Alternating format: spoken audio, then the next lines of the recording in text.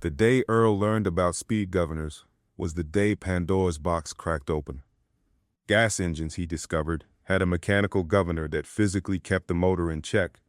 But electric scooters? Oh no, those were shackled by nothing more than a tiny chip. Remove the chip, Earl figured, and the pink, slightly dented used grocery scooter he bought for $50 might roar to life like a caffeinated greyhound. That Saturday morning, he proved it. The crowd gathered for the usual pink and yellow 500, their lawn chairs arranged like a NASCAR in miniature. Marvin, as always, sat on his bright yellow machine, confident as a rooster on a fence post, trying not to smirk. The starter shouted go, and Marvin bolted, only to watch in disbelief as Earl blasted past him in a pink blur, scarf flapping like a victory banner. By the third turn, Earl was so far ahead he could have stopped for a root beer float and still won. The apartment complex was stunned. Marvin, floored, figuratively and nearly literally, slid to a halt. It might have ended there, but the next day Earl caved.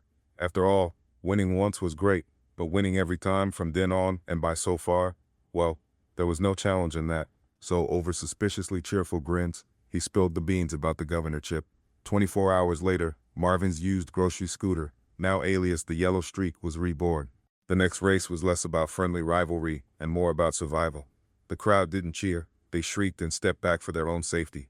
The pink and yellow scooter screamed down the sidewalks, Cheryl's flower beds whipping by in a blur. There was no cheating, only speed. Marvin and Earl felt young again. Enter Walter, the maintenance man, a man of principle in Greece. He took one look at the mayhem racing down the sidewalk and he told himself, "This has gone too far. I'll settle this once and for all." He removed the governor from his riding lawnmower, slammed on his baseball cap, and issued the challenge. 5 laps, winner takes all. If he won, Marvin and Earl would have to take their speed demon antics elsewhere. The buzz spread through the complex like wildfire. Folks brought popcorn. Some brought lawn chairs and earplugs. 2 resident amateur radio announcers, Hank and Sal, brought mics, amps, and speakers. The weather was perfect. This was going to be good. Lads and gentlemen, boys and girls, and anyone who's ever thought, how fast could my grandma's grocery scooter really go? Welcome to the biggest racing event this complex has ever seen, the Shady Palms Apartments 500 5-Lap Showdown Edition. This is Hank, your friendly neighbor from Apartment 4B. That's right, Hank. And I'm Sal from Apartment 5C. Today's field features the reigning champion, Marvin Yellow Streak Johnson, and his arch-rival, Earl Pink Lightning Patterson. And in a shocking twist, we have a third entry, Walter Lawnmower Briggs, the maintenance man with gasoline in his veins and grass clippings in his teeth. Everyone is lined up and we're ready to start. 1, 2, 3, and they're off. Marvin's yellow scooter shoots off the line, and look, he's laying rubber on the sidewalk like it's the Indy 500. But wait, look at Earl. That pink machine has been uncorked. Both Marvin and Earl have bypassed the governors on their machines, and folks, they are flying. Now Earl is past Marvin before we've even finished the first turn. Walter's Knower had a slow start off the line, but remember, that gas engine's got staying power, as long as the course doesn't have too many turns. Yes, but the course has a lot of turns. We're in the middle 2 laps. Earl's in the lead now, hitting straightaway speeds that I would estimate at 40 miles per hour. That's, technically illegal in 3 different ways here. What is the speed limit here anyway?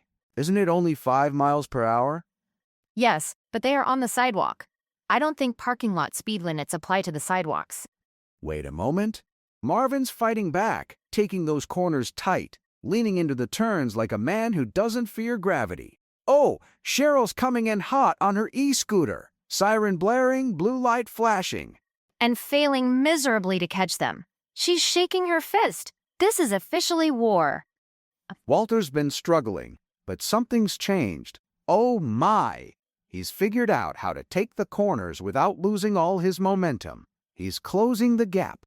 And folks, I've just been told his mower still has the blades engaged. If you hear a whap whap whap, that's just Walter threatening to aerate the competition. Here we go, final lap. Earl's still in the lead. No, Marvin's pulling even. And Walter's in it too. This is a 3-way drag down the last straight. Yellow, pink, red. Nobody's breathing. Nobody's blinking. I can't stand it. Here they come, neck to neck, nose to nose. And look, they are going to cross the line. Together. Will it be Marvin? Will it be Earl? What about Walter? We'll never know, because I don't believe anyone brought a camera. But wait, Marvin's scooter is smoking. Earl's is smoking. Walter's mower, oh, sweet mercy, it's on fire. I'm stunned. The crowd is stunned. Look, folks. They're all slowing down, slowing, stopped.